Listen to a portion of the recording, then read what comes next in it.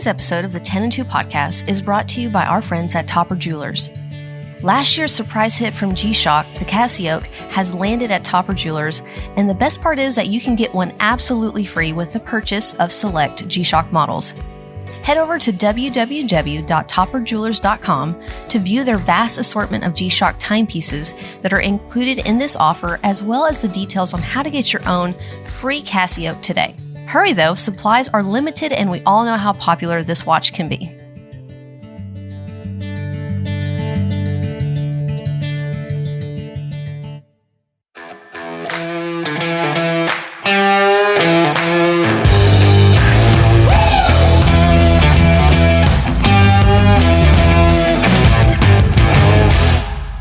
Hey everyone, welcome to the 10 and 2 podcast. I'm Kat. I'm Catlin. And we're here every week talking watches, photography, adventure, and exploring the world of horology. How are you? I'm good. Do you know that we failed What? at life? Why? So bad. What happened? Kat, we celebrated 100. Well, we put out our 100th episode. We didn't even celebrate it. And we never made a big deal about it. We never celebrated. I feel like we kind of forgot about it because that was the day that we recorded like a gazillion episodes and it was just in the mix. Happy 100th episode. Yeah. Well, 102 now, but still, 100. It's exciting. Thank y'all for, why are y'all still listening to us? Like, man, like 100 episodes, that's insane. It's very insane. Like, it's crazy that we've done that many. Mm-hmm. Wow. But I still feel like we just started. I go both ways. And you also feel like it's been forever. There are definitely days that I feel like we've been doing this forever. Yeah. I think when someone DMs me or us about an episode that was in the very beginning. Oh, Lord. And I'm like, whoa, I don't even remember what I said. I don't remember anything from 5 minutes ago. I definitely don't remember these early episodes. I do. You know, we should do a commentary of our first episode. Let's do it. Oh, no. I don't know if anyone would want to hear that, but like we can just make fun of ourselves. I like the idea of making fun of ourselves. Yeah. For sure. I don't know. I was so nervous. Man. We also didn't know what we were doing. No. Sound was terrible. Thank you guys for listening. Yes, thank you guys, for sure. Very much so appreciated. But, so other than that, how are you doing, Kat? I'm good. I just got back from Colorado. I know. Yeah, I had a good time. It was just That's a little fun. getaway. And we did some hiking and some sightseeing while we were there. Yeah. Stayed very safe. A lot of masks. Stayed away from people. People. It actually it wasn't crowded, but I think it was a weird time. Schools are still in session, Yeah. so just wasn't a lot of tourism going on. But That's nice. Well, and I yeah. feel like if you're going to adventure kind of anywhere these days, being out in the mountains where, it's not like there's huge groups of people hiking all at one time. Not at all. So. And luckily we were staying in Colorado Springs, so we were outside of where all the fires are right now in Colorado. Yeah. And so the views were great. But as we got closer to Denver, it's very cloudy from the smoke. So you can't really see a whole lot, but it was still a lot of fun. We had a good time, and it was good to get out of the house. That was my main. Like, I didn't even care where we went. We had a bunch of places on our list, and I just wanted to get out of the house for I feel you. like 5 minutes. And it was so beautiful because too. You guys both work from home. Yeah. So yeah, I could definitely getting out of our bubble, I don't have children, but I have dogs, and just like, they're not a hassle, but it's like, it's a vacation when you're not worrying about them constantly. Yeah. I did miss them a lot. It's like the worst thing because I'm like, we set up a camera too, and so I could like peep on them and just like make sure they were doing okay. Y'all, if you guys knew how extra Kat is about the dogs, okay, so when we leave to go anywhere, like there's always music playing for the dogs. Yeah, classical music. I love it. It is. It's always classical music. I absolutely love it. These are the fanciest, bougiest dogs because they listen to classical music all day. Absolutely love it. They're my kids. What else am I gonna do? Yeah, but I did miss them a lot. They were wound up. We got in like super late Tuesday night, like midnight, and boy, they were hyper. Yeah. So funny. And then I was like so tired. I was like, hey, girls, I'm going to bed. Nope, not allowed. See you in the morning. Well, how have you been? I feel like it's been forever. It has been forever. It's been like 2 weeks. Has it been 2 weeks? Yes, because we didn't record anything last week, and we recorded everything the week before last. Wow. Yeah. I missed you, boo. Oh, we had that little photo shoot day, but that was like a week and a half ago. Yeah. Man. Photo shoot day was fun. Photo shoot day was fun. It was super Y'all will fun. see those pictures coming up soon. Yeah, we had a lot of fun. For We sure. also we just don't have pictures of us. And people that have us on their, other shows or they want to talk about us, we have nothing to send. We have like 2 pics. And it's crazy because we're together so often. Yeah. I know. We use the same photo for San Francisco for everything. And then we took that other photo in your garden. Yeah. I like how you said my garden. It's like just rocks. I was just trying to make it fancy. It does sound fancy. There are like bushes and flowers in there. There are. It is technically a garden. I like it. Yeah. I'll call it that. Okay. But random topic, because clearly we're not talking about watches yet. What is the difference between a garden and a flower bed? Because I call what most people call flower beds, I call them a garden. So yeah, when I think garden, I think of vegetables. I don't things think like of that. I don't know why. But no, you're not wrong, because I've heard like people in the UK, they refer to their backyards and stuff as the garden. Oh, I'm just meant to be in the UK then. Yeah. That's fine. I'm not Southern anymore. I'm fake Southern. But yeah, I run into that. People are like, what are you talking about? But people have I like garden. rosebush gardens. So I guess it I don't know. DM us, let us know. I have a garden. There's no vegetables in it, just some rose bushes, but it's fine. Yeah. These are the serious life questions that we have to ask. But no, I've been good. I've been busy. Work has been so busy. I'm just like, yeah. It's been hectic. It's been insane. I feel for you. So, I feel like life is slowly calming down a little bit for the both of us. Nope. Sure is like, yeah. Sure is She's shaking her head like, no. Like November's like next week. Yeah. And I work in retail. The holidays are coming up too. The holidays. Dang it. Yeah. I'm going to be like on the verge of a mental breakdown here soon. I'll have to calm you down. It's fine. If I could ever get some sleep, it'll be fine. That's my new phase in life is I don't sleep anymore. It's amazing.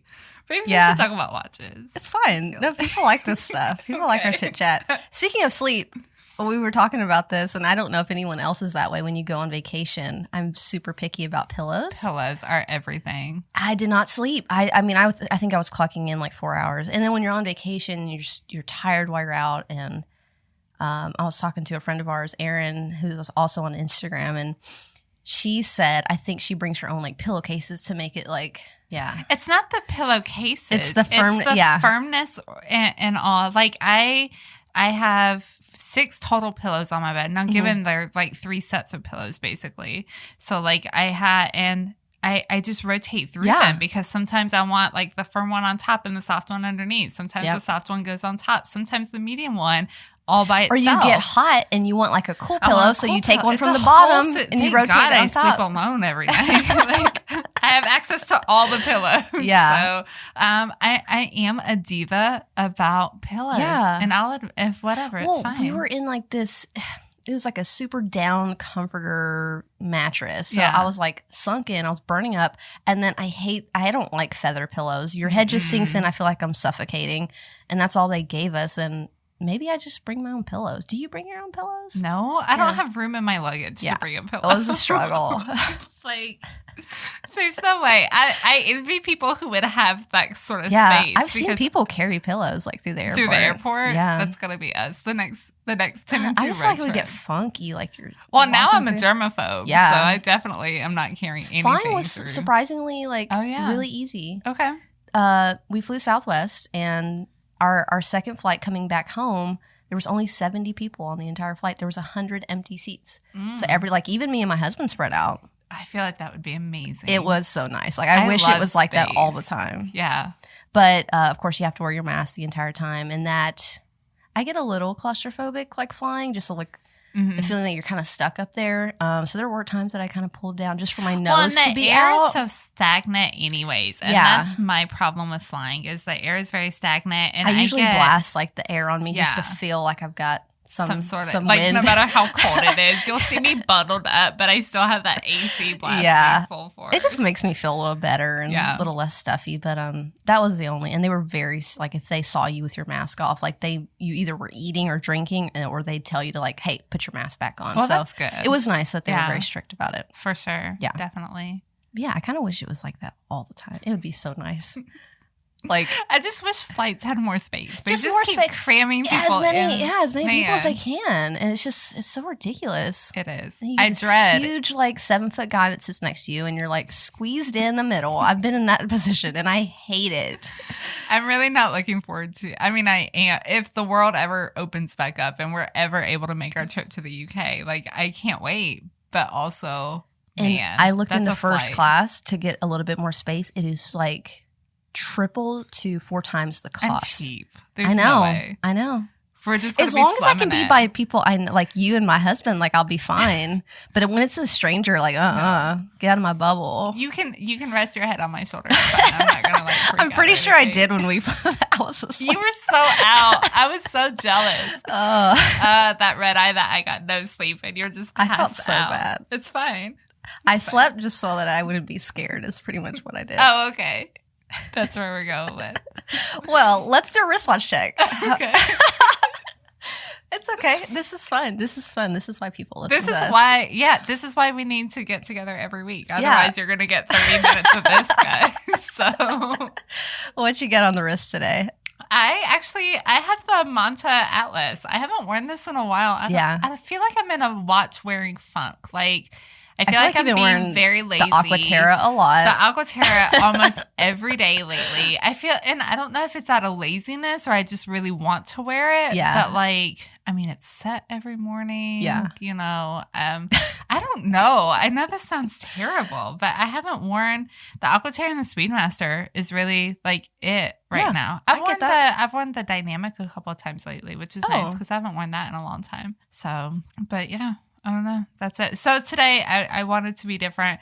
So I am wearing the Manta Atlas. Yeah, I was looking at it earlier.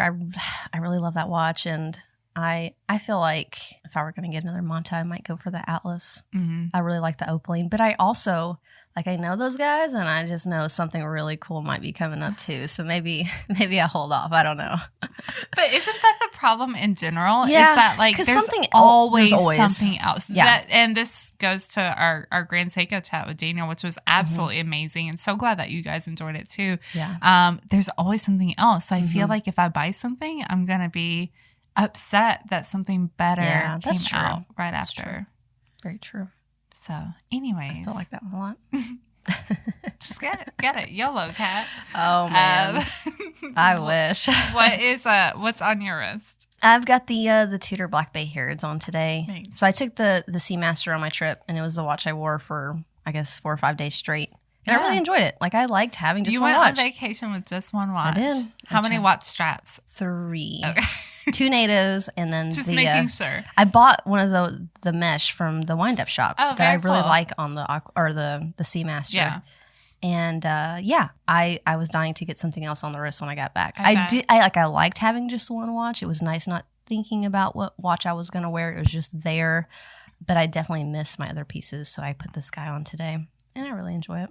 I know. It's I a love big it. chunky guy, but I like it. I like the big chunky guy. Yeah, it's actually not that like when you put it on the wrist, it's not that bad. And people they let that measurement just kind of get stuck in their mind. Yeah. And we've talked about this on the show, but if you can try one on, like just don't knock it, because you can pick up one of the ETA models, or even one of the in-house Black Bay Heritage, or not the Heritage, but the Heritage for like really cheap, like on the forums and stuff. So yeah, I still would recommend it. Yeah. No, like I it a lot. love it. It looks great on your wrist too. I have a feeling like I told someone else this. If I see the Black Bay 58 Blue, if I see it again, I feel like when I see it in person, I want it. When I see pictures of it, I'm just like, it's a pretty watch. When you see it in person is when the want kicks in. Because it's freaking amazing. Yeah, and we both It have looks so a good. friend that is like DMing us for one of us to buy it.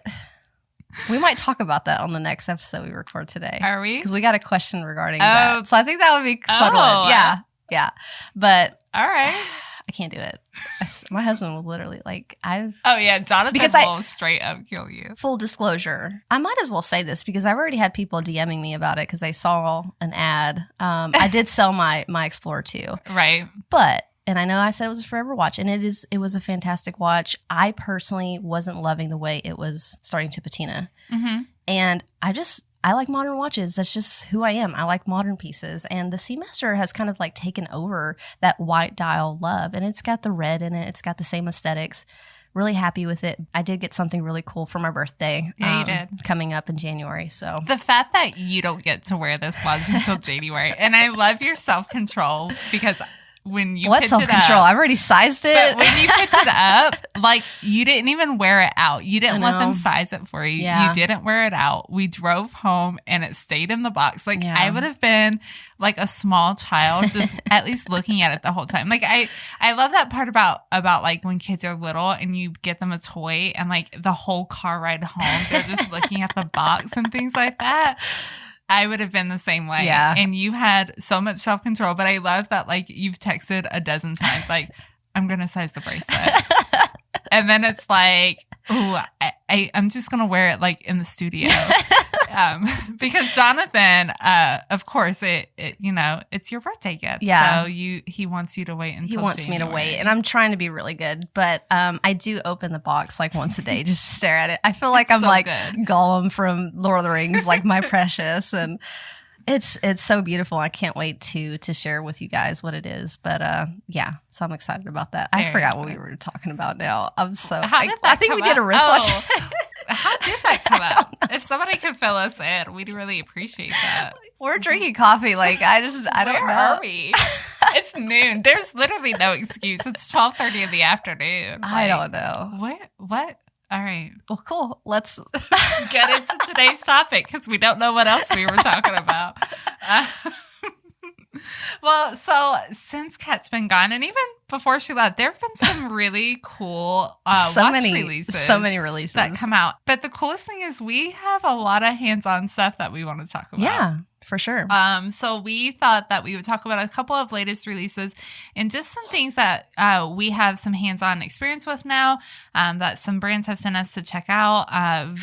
Everything that we've gotten in is super exciting. So I'm very excited to talk about them, starting with a new watch from our dear friend Jonathan over at Brew Watch Company with the Brew Retromatic. And the name says it all. Like, this watch is so retro. Mm-hmm. It's insane. So it will have come out the day that this podcast airs. Oh, it comes out true. on Monday.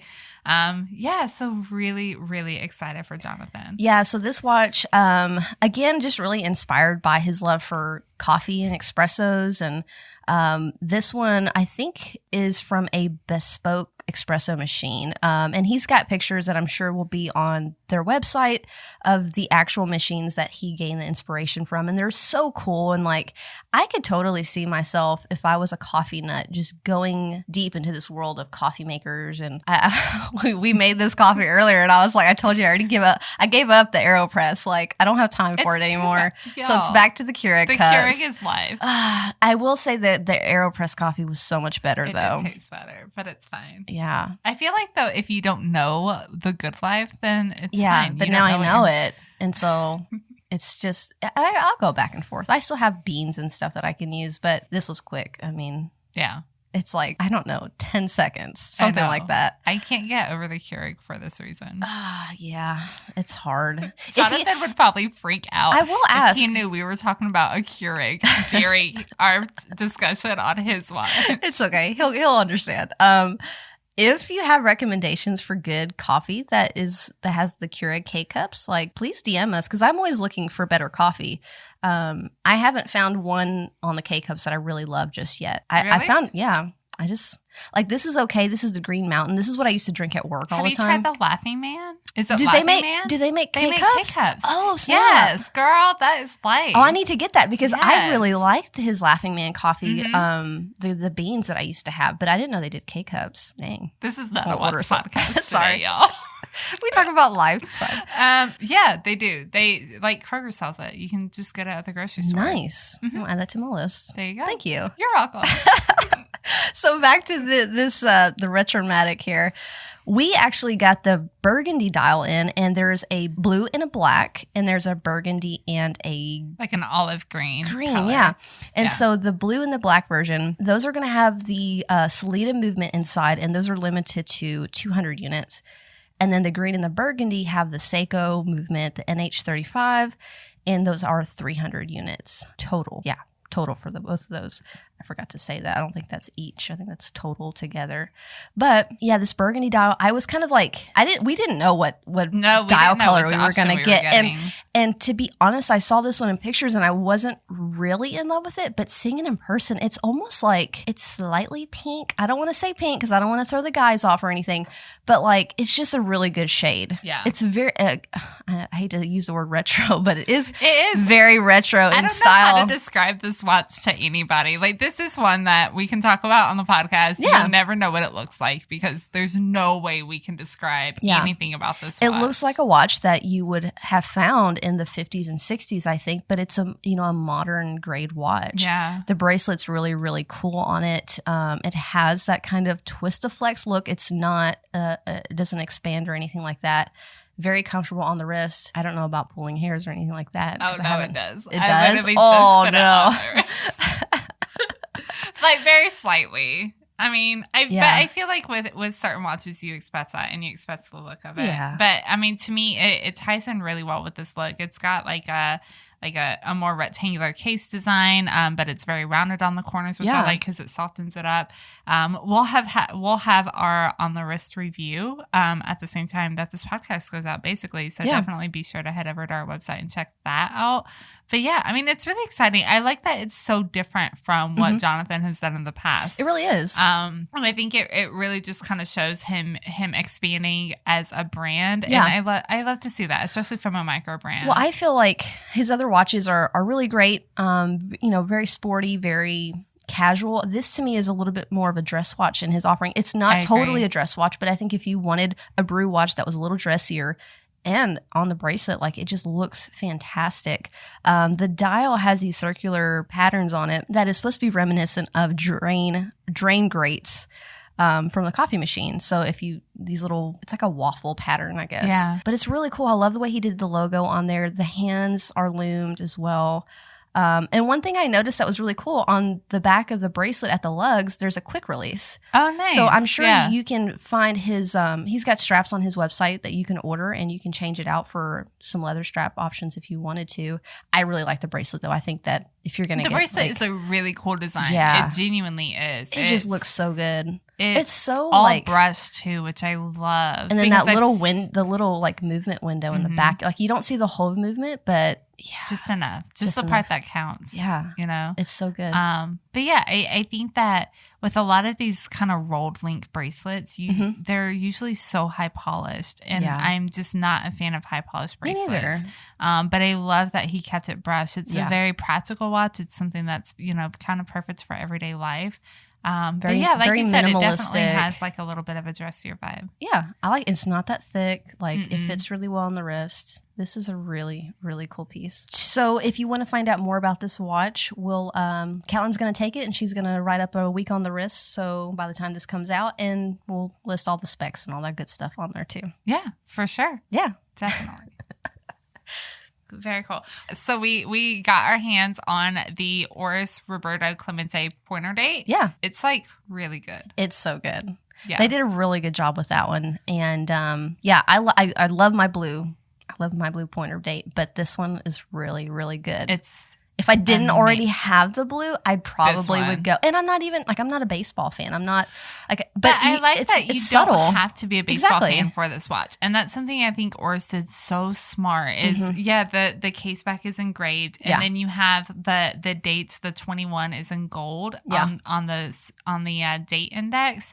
But other than that, there's no indication that this is a baseball themed watch, because I'm not like, I'll watch baseball, but I don't. I mean, Nashville we don't have a pro baseball team. Like, we have the Sounds, like minor league baseball, but you don't like the Sounds? I mean, again, I don't it's watch baseball. Fun going to so their it's games. Like, it is fun. Yeah.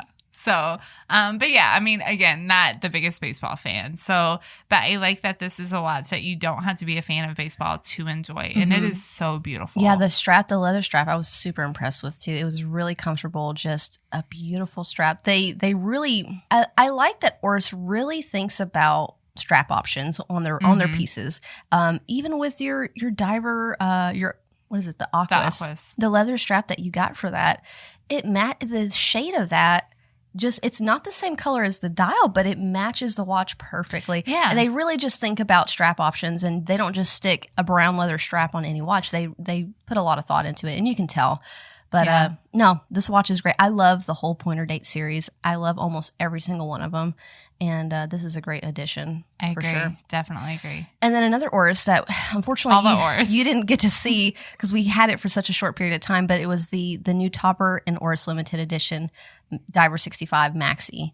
Very cool. I was able to go hands-on with it for like a day, and I got to say I was really impressed. And people were knocking the size, but it fit really well. Because that's been the biggest, the biggest thing that I've seen. The watch is absolutely stunning. Yeah. And I love the whole idea. I love that there's no patina on this watch. Oh, so it looks like it's a brand new vintage watch. And I absolutely love that because I'm not the biggest fan of patina.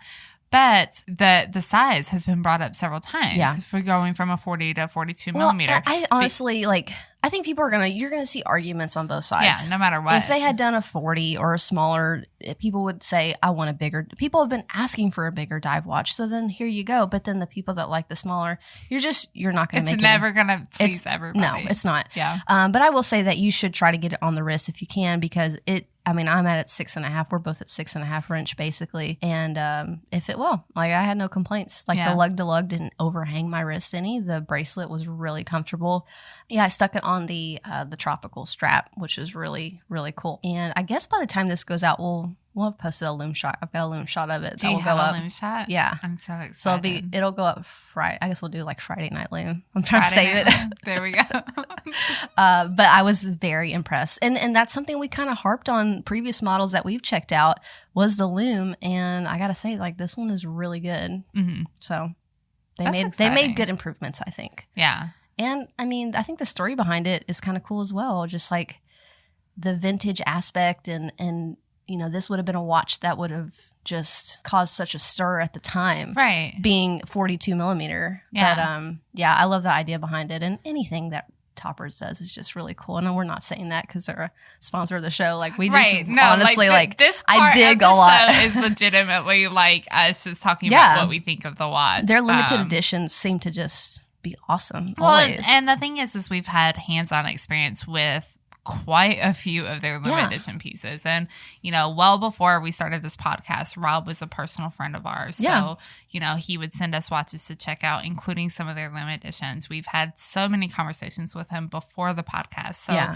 genuinely a watch enthusiast. And I think that makes a big difference is when you have somebody who's passionate about watches, designing watches. Exactly. And we say the same thing about watch brands. Like you can tell, like especially you don't see it as much with the bigger brands, but you do see it with like some of the more micro brands. You can tell when there's somebody who's passionate about watches, who started a watch brand versus when there's somebody who just likes watches and started a watch brand. Yeah. And you guys know exactly what we're talking about. So, we can say that with the utmost of transparency that like he just does phenomenal stuff. Absolutely. So yeah, it was exciting. I was bummed to have not been able to see it. I know. But we'll just have to get out to California. Yeah, that's the answer. That's the only solution, clearly, is to get back out to California and check them out. But I was, I'm very excited. I'm glad that it's doing well. It was a lot of fun talking to both him and VJ about the watch as well. The orange accents were so good on the watch. Well, because they're made to look so vintage. To be honest, this is the only Diver 65 that I would ever consider buying. I've never really been a fan of them. But I would buy this one. I totally would. Yeah. I don't need another watch. But also, Jonathan. Yeah. Would probably say no. Yeah. For sure. Most definitely. Yeah. But yeah, no, I like that there's no dates. I like the no patina. And I'm just a fan of bigger watches. And, the Diver 65, given I didn't have hands-on experience with this one, but in general, that, when I go to our local AD and I've checked out the Diver 65 before, it sits incredibly well on the wrist anyways. It's not like a big Doxa or, like my Planet Ocean really or something thin. like that. They're thin. The lugs curve down a bit. The bracelet's light. Really well anyways. So going up a little bit in size is definitely not going to be an issue. No. I don't think. Not for us. No. And if you don't like big watches in there, then go with the traditional Diver 65. There's nothing wrong with that. Yeah, I'd like to see if Oris will do any more with just the white lume. Yeah. Not the Fotina. So I'd like to see them The do white more. lume makes a big difference, Big I feel difference. like. It definitely, I've always just kind of looked the Diver 65 kind of aside a little bit because I'm not a fan of Fotina. But yeah. Well, and we had the complaint. We did review one, and have we had multiples, or we've only checked out one? Of the Diver 65? Yeah, just the one? Yeah, we just had the one. The two-tone, the bronze, and stainless steel. The one that was for... was it Timeless? Timeless. Yeah, their Timeless limited edition. luxury. And we weren't impressed, or I wasn't impressed, because I guess I'm Illuminat, whatever you want to call it. Well, we have high standards, I feel like, for lume, especially in a dive watch. Exactly. Because we have a good collection of dive watches between the two of us. I was impressed that this one was a lot brighter, and it seemed to last a little bit longer. So I like that. That's good to know.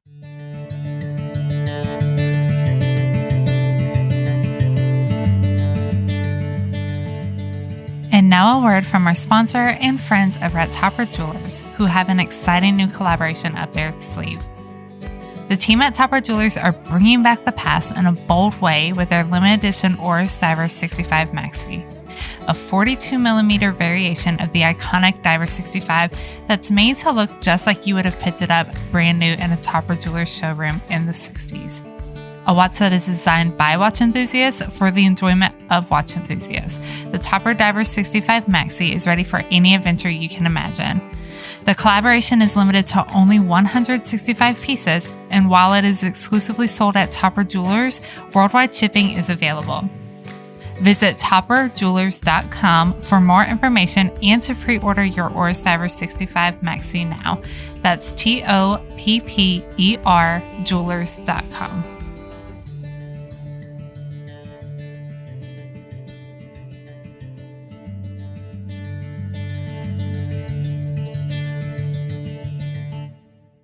Well, speaking of Oris, we've got another Oris. And another one. They're killing it lately. They are. So they did put out a new movement, the Caliber 400, and have you seen that it's been called the Caliber 400? Aww. Oh, yeah, because you were gone, so you probably missed this. But if you look at a photo of the Caliber, it looks a little bit like Oris Bear. Yeah, I did see that it had reminiscence. I didn't know it had a new nickname, and I freaking love that. I don't know who started the nickname, but whoever did, I heart you for that because it's cute and adorable. I'm bringing cute and adorable back. It's been a while. It's been a bit. So, bringing it back. But no, so the new Oris Caliber 400 it's Oris's new in-house movement, and honestly, the specs on this thing are absolutely phenomenal. Yeah.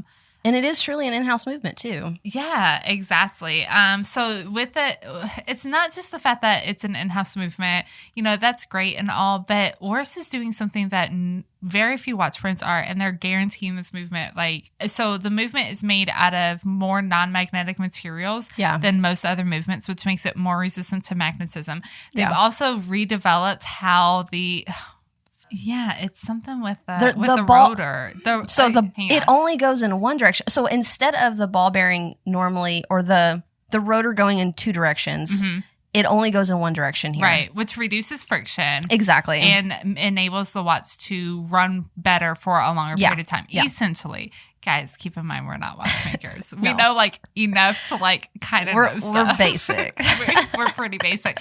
But also, so you have a more magnetic resistant watch, which, I know I know people who roll their eyes at all these watch brands focusing on magnetism, things like that. It's important though. The reality, it's very important. Yeah. Think about all of the electronics that we surround ourselves with. Not even electronics. Think about your laptop cases. Think about your iPad cases, your purse cases. Your AirPods, all stuff. those magnets and things like that. Even your freaking hair dryers and stuff like that, all of that stuff. So it's so important. And at the point that we're paying all this money for these watches, I expect it to tell me what time it is accurately. Yeah. And if your watch is magnetized, it's an easy fix, but it's annoying because you got to take it in. You have to take it somewhere. Or you have to go buy. I wouldn't want to buy. I know you can easily buy the degausser. Yeah, and do it yourself at home, but I mean, I just take it in personally. I don't want to have to do that myself and risk messing it up more, which is probably what I do. But I mean, it's important. It's something that is important. So the fact that they're making a watch that's more resistant to magnetism, they're making a movement that has better wearability as far as being less prone to breakdowns with the new rotor system. What's a 10-year warranty, right? Yeah. And a 5-year power Dang. Damn it. They have a 5-day power reserve on this watch as well, which is freaking phenomenal on the movement. Sorry, it's not in a watch yet, but it's on. So it's coming. The movement, it's coming, clearly. Like, surely to God, they're not just making this movement and just not putting it in any sort of watch. No, I'm excited to see, and we know what's coming next, but I'm excited to see how many more models they end up putting this in. Yeah. And talking about the anti-magnetism, so they did tests and it deviated less than 10 seconds a day after exposure to like 2,200 Gauss. Do I know what that means? No, but it sounds... That's more than the Milgauss can take. What's like 1,000? 1,000. Yeah, which I'm sure they test more than that. It's just what they list. But also, the Milgauss, so with the Milgauss, the idea behind the Milgauss is you have the movement, a regular movement, and it's in an iron cage. Yeah. So that's why you can't have a date wheel and you can't have an exhibition case back. So there's no actual technological revolution that's in these watches. It's just, it's a housing for the movement. Yeah. Here, you're able to have both, hypothetically, depending on what watch they put it in, a date window cut into the movement, as well as probably, I'm sure they're going to want to show this movement off. It's it's a beautifully finished movement. So an exhibition case back, I'm sure, will come along with it as well. But that's a big point too. I mean, it's something that, it takes so much engineering to be able to pull something like that off. And that's something that some of these other brands who advertise anti-magnetic properties, like the Milgauss, they don't do. So question for you. Yes. Is the fact that they have an in-house movement now, does that affect your buying decision from Oris? Would you buy a watch that didn't have this movement in it? Yeah, I mean, realistically, I mean, we have Oris without this movement in it. But now that they offer it. I think that it really is going to depend on how they roll it out. I feel like, obviously they can't just take everything all at once and put this new movement in. But I'm sure, and sizing might be, like, this might only be available in certain sizes. Right. So it's the fact that they have this new movement, it's going to gradually make its way through the collection, I'm sure. It makes me respect, and not that I didn't respect the brand before, because I love Oris. You guys know that, like, we talk about them on the podcast a lot. We have a big appreciation for the brand, but I have a much higher respect from a watchmaking standpoint.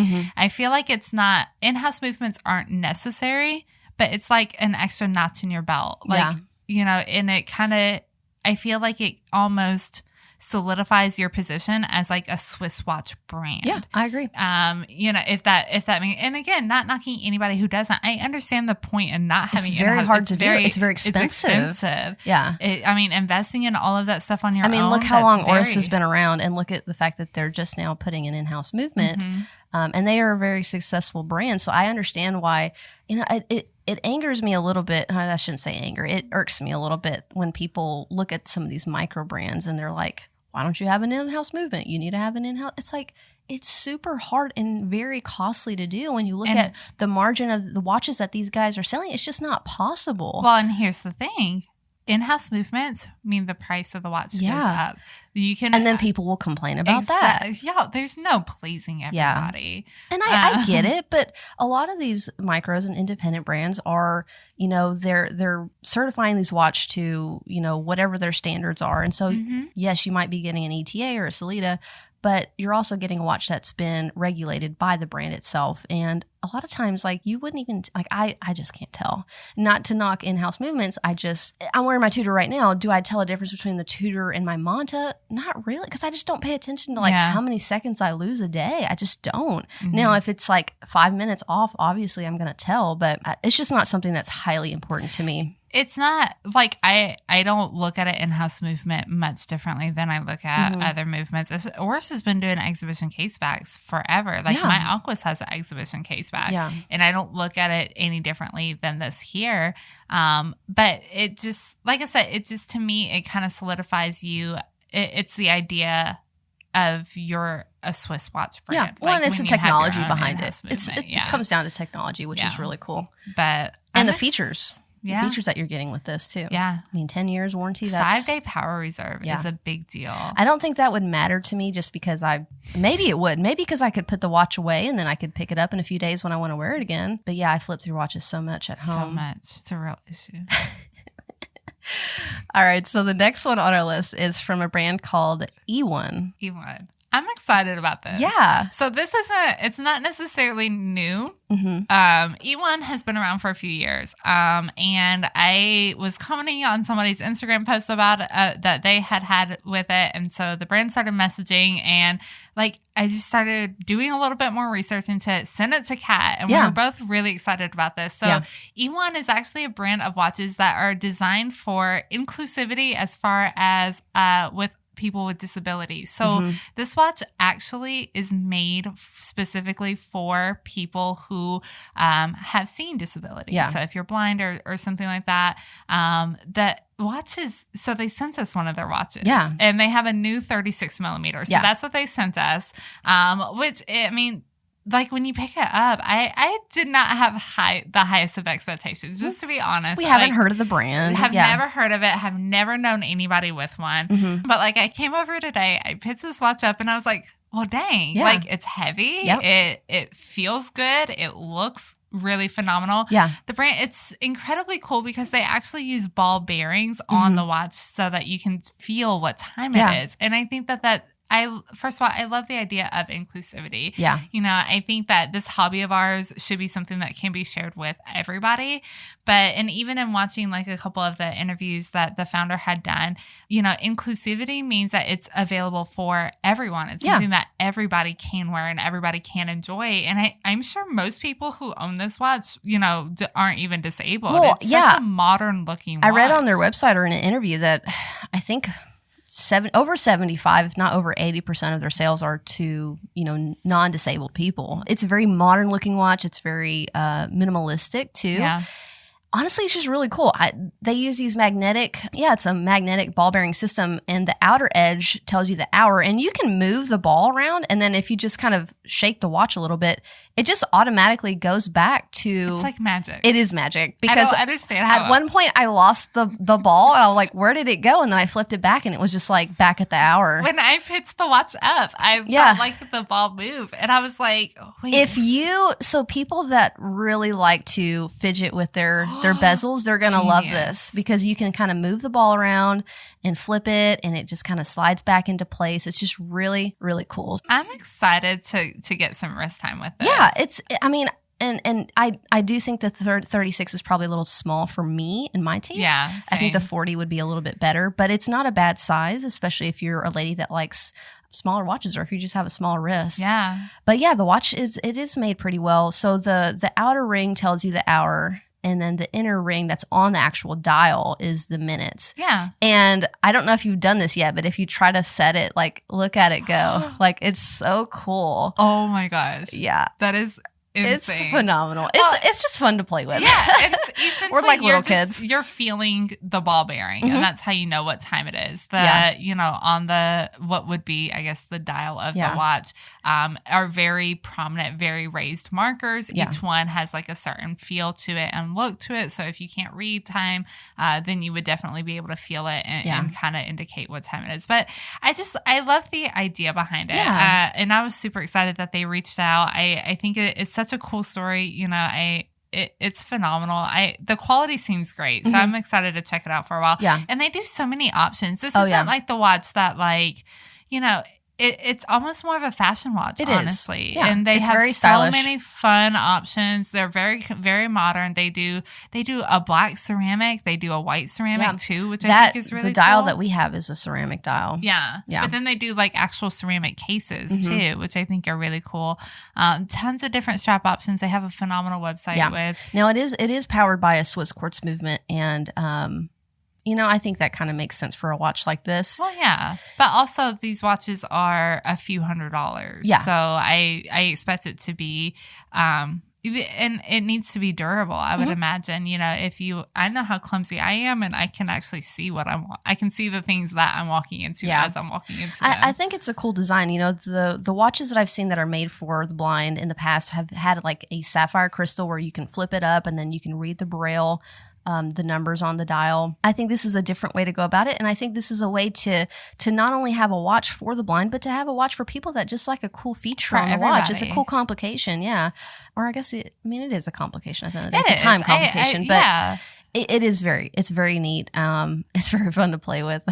I'm excited. I'm going to get like nothing done. I'm just going to be playing with this watch all the time. Yeah. And what you were talking about as far as watches for the blind, I think, so I was watching one of the interviews that the founder had done, and he had mentioned that the majority of people who are blind, who are adults, don't even know how to read Braille because it happens later in life for a lot of people. Yeah. You know, whether disease or an accident or something like that. You don't have to read Braille for and this then watch. You can't feel it. Like you don't have that sort of touch sensitivity. So, and that was one of the inspirations behind the overall design. Maybe you're sitting in a meeting and you don't want to be obvious about looking at your watch. So you reach down on your wrist. I like to be obvious. I want people to know that I'm ready for this meeting to be over. Callan's like, could have been an email. I know people can't see me. The Apple Watch and my regular watch. I'm like checking I'll pull out my cell phone and check the time. Like double tap the screen. How can we move this along? This could have been an email, y'all. No, but it is very cool. The meaning behind it is awesome. Yeah, I'm excited to get to check this out for a little bit. For sure. Yeah. And then, so what else is coming? Oh, another one. If we have like all the watches right now, it's like there's a lot going on over at 10 and 2 headquarters in our studio. There's a lot going on, actually. There's a lot going on. We can nerd out about like our new studio layout, but we'll wait. It's fine. Doesn't the room seem bigger? I feel like since we're not in the middle. So many rooms.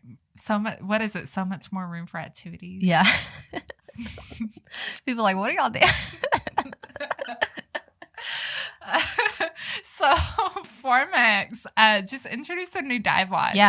Their Reef Diver, and I literally just picked up this watch on my way over to Kat's house. So we don't have a ton of hands-on experience with it yet, but this is the first time I've even held a Formex, and like it feels really, really well done. Yeah, and really well impressed. built. The new Reef Diver, the new Reef Diver, it's a 42 millimeter dive watch. It's definitely not for like the smallest of wrists either. It fits just fine on our wrists. It's not like a huge deal. It's a 47 millimeter lead to lug, but it's going to have a very almost Nautilus kind of effect because so obviously at the 3 o'clock, you're going to have the crown guard, which you do find with most dive watches. But then to balance that out, there's a piece that comes out at the 9 o'clock as well. So it does kind of have that sort of feel to it. Yeah. Definitely, it's a heavy watch. It's very heavy. For sure. Yeah. Like, I feel like it's definitely heavier than my Planet Ocean. Bracelet's heavy. Yeah. The watch case is heavy. And that's not a bad thing. Like, I like heavy watches. So, but yeah, just keep that in mind. It is really cool. And just kind of holding it up to the hairs, I need to take some like side by side because they're both green. I think that would be some. So we do have the green variation of it.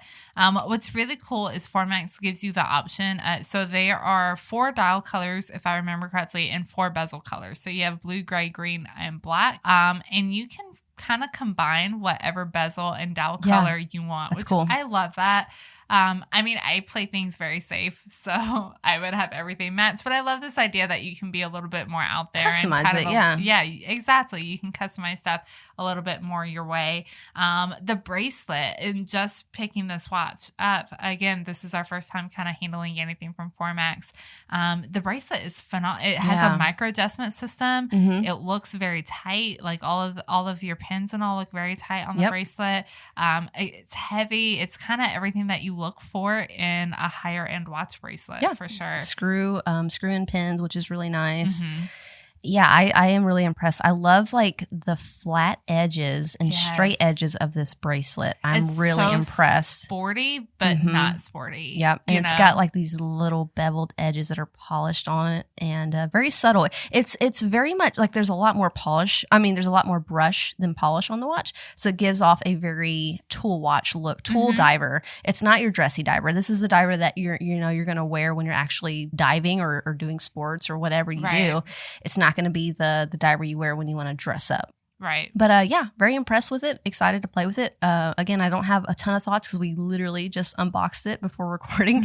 But we are impressed. Like first impressions are good. Well, and one thing that is a big deal for Formex is, I feel like Formex has been kind of struggling. They've had the Christopher Ward problem. Oh, with their logo. Yeah. Mm-hmm. So and that was the thing. Like I dissed on them in the past, and I'll be honest about it. Yeah. I didn't like their logo. I was like, I don't love it, but I do love this new logo, and I'm glad to see that they have taken the hint, and I'm sure other people had the same concern. But I feel like it's one of the first things people say about a Formex watch is they love the watch, but the logo, and I love that.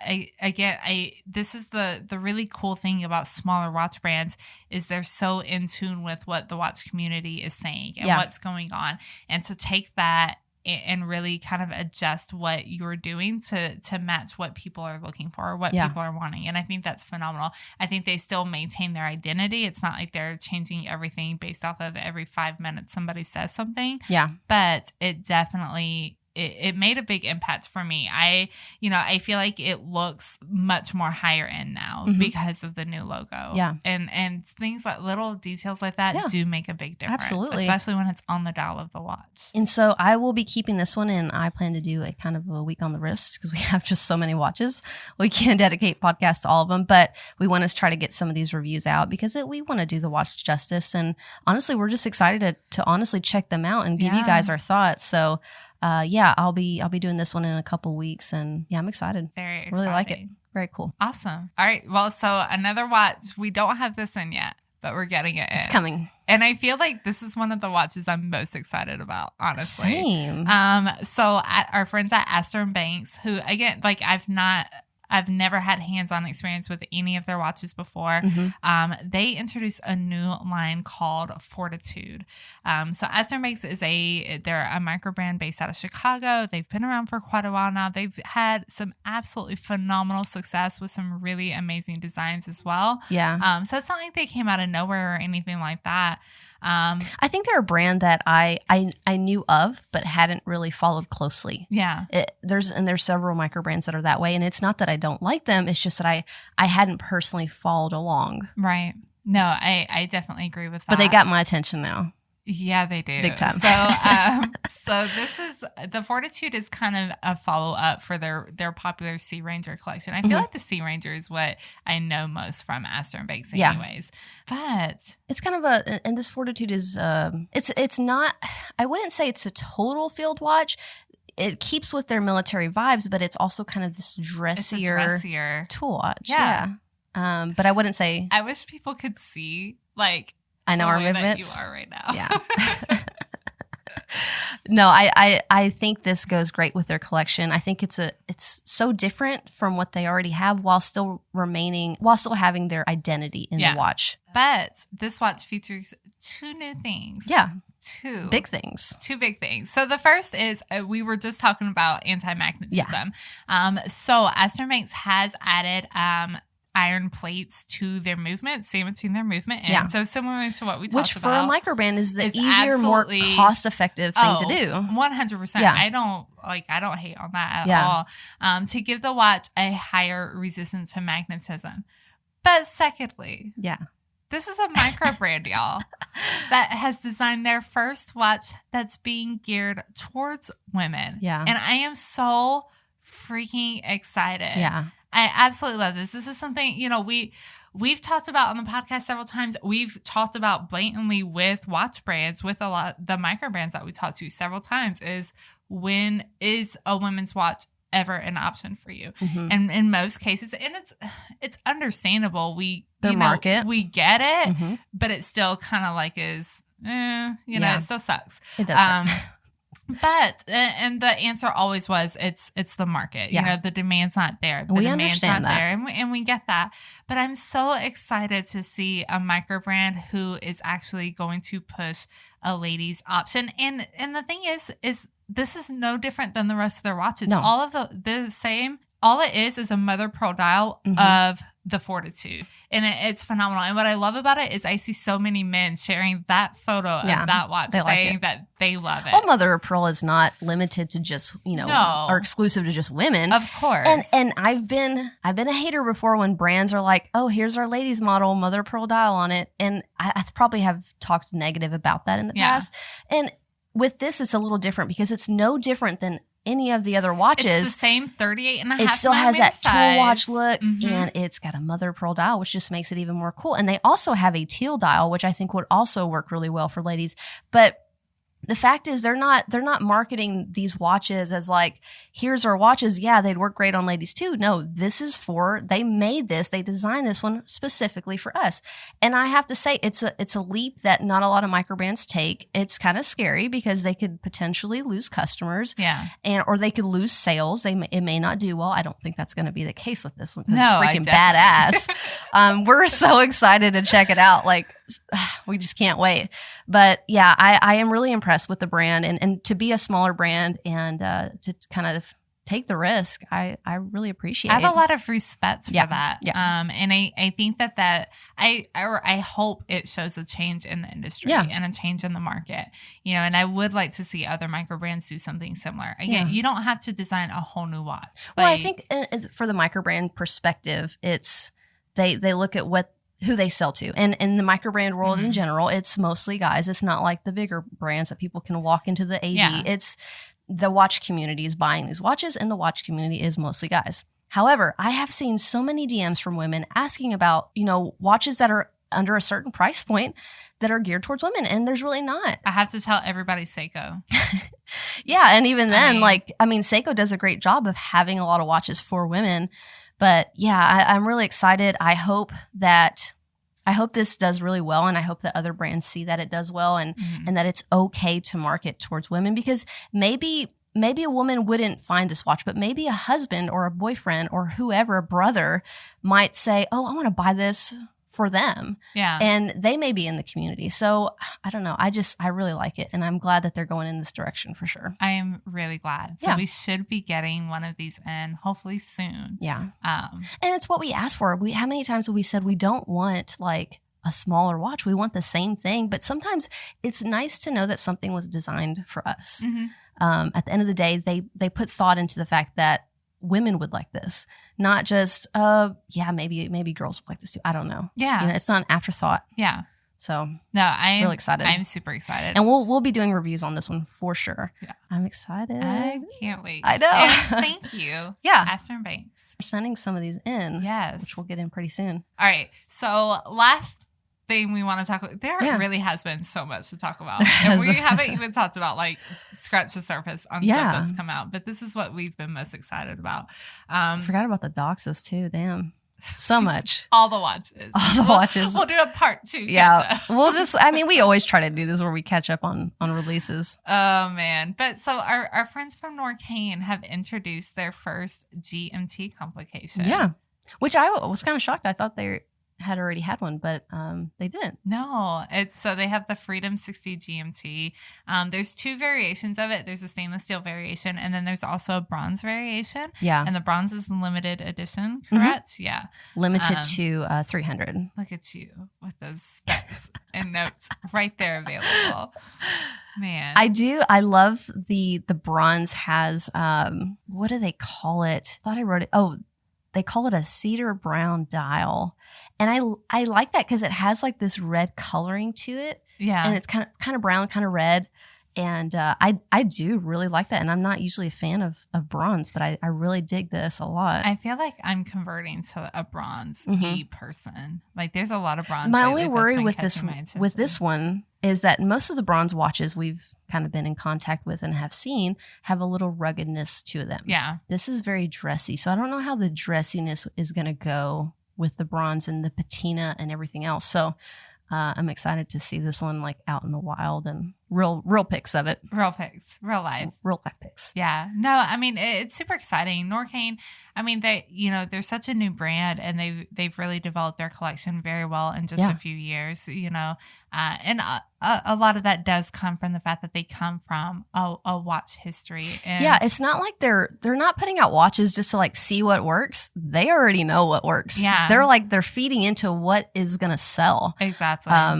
And so everything they come out with is a hit. No, I definitely agree. Very excited to see what else they come out with. And so this actually does have a few months ago. Was it months ago now? I think so. All right. So a few months ago, we talked about the fact that Norqain was investing in a manufactured caliber. That's a partnership with Kenissi, who makes movements for Tudor. They make movements for quite a few other brands as well. Mm-hmm. So this does have that new movement in there, which is really exciting as well. I enjoy seeing that they're kind of stepping up their movement game too. Yeah, and not just kind of doing, the base, Sellita or Etta movements that everybody else in the industry uses. So it's nice to see somebody do something a little bit different too. Well, I love that these are kind of designed based on like the 60s. They have a little retro look to them. Yes. The three-hander's, I think 39, and the GMT is a 40 millimeter. Both are under 50 millimeter lug to lug. I think one's 49 and the other is 48. Mm-hmm. So to me, it would fit really well on the wrist. I like the GMT. Actually reminds me a little bit of my Grand Seiko. Like, I don't know if you think that. Just this kind of the K shape. It's not exact, but it gives me that feel. So I think if you like that Grand Seiko, the SB GM 221, if you like that look, you could possibly get another stainless steel version. They also have the bronze, but I would look at this as a more affordable option because the Grand Seiko was kind of expensive. So I can't tell you about the finishing. We haven't seen this watch in person. Hopefully we'll get to go hands on with it soon, but I'm excited. I think this is a really good move for them, and they're really good looking watches. Yeah, no, I mean, they do some absolutely phenomenal things, and I love to see what they're doing. I love to see what's coming next from them as well. And I like that they're expanding into complications other than a three-hand and a chronograph. Well, and like you said, they come from watches. They kind of know what they're doing, and they seem to be making all the right moves. I agree. For sure. So even they did the Adventure Sport Chrono where they partnered with the NHLPA for hockey. Yeah. And it was so random. First of all, it makes total sense for a brand like Norqain. They have Roman Josi as an ambassador, which I love, of course. Yeah. But this watch actually, it looks like an ice hockey rink. Yeah. Like it's skated up on the dial. It's kind of scratched up. But even stuff like that's kind of random, but so unique to it. They do so well. Yeah. I'm very excited to see what comes next for sure. All right. I think that about wraps us up. Of course, we missed all the watches. There's probably so much that we missed. These are the ones that kind of just stood out to us.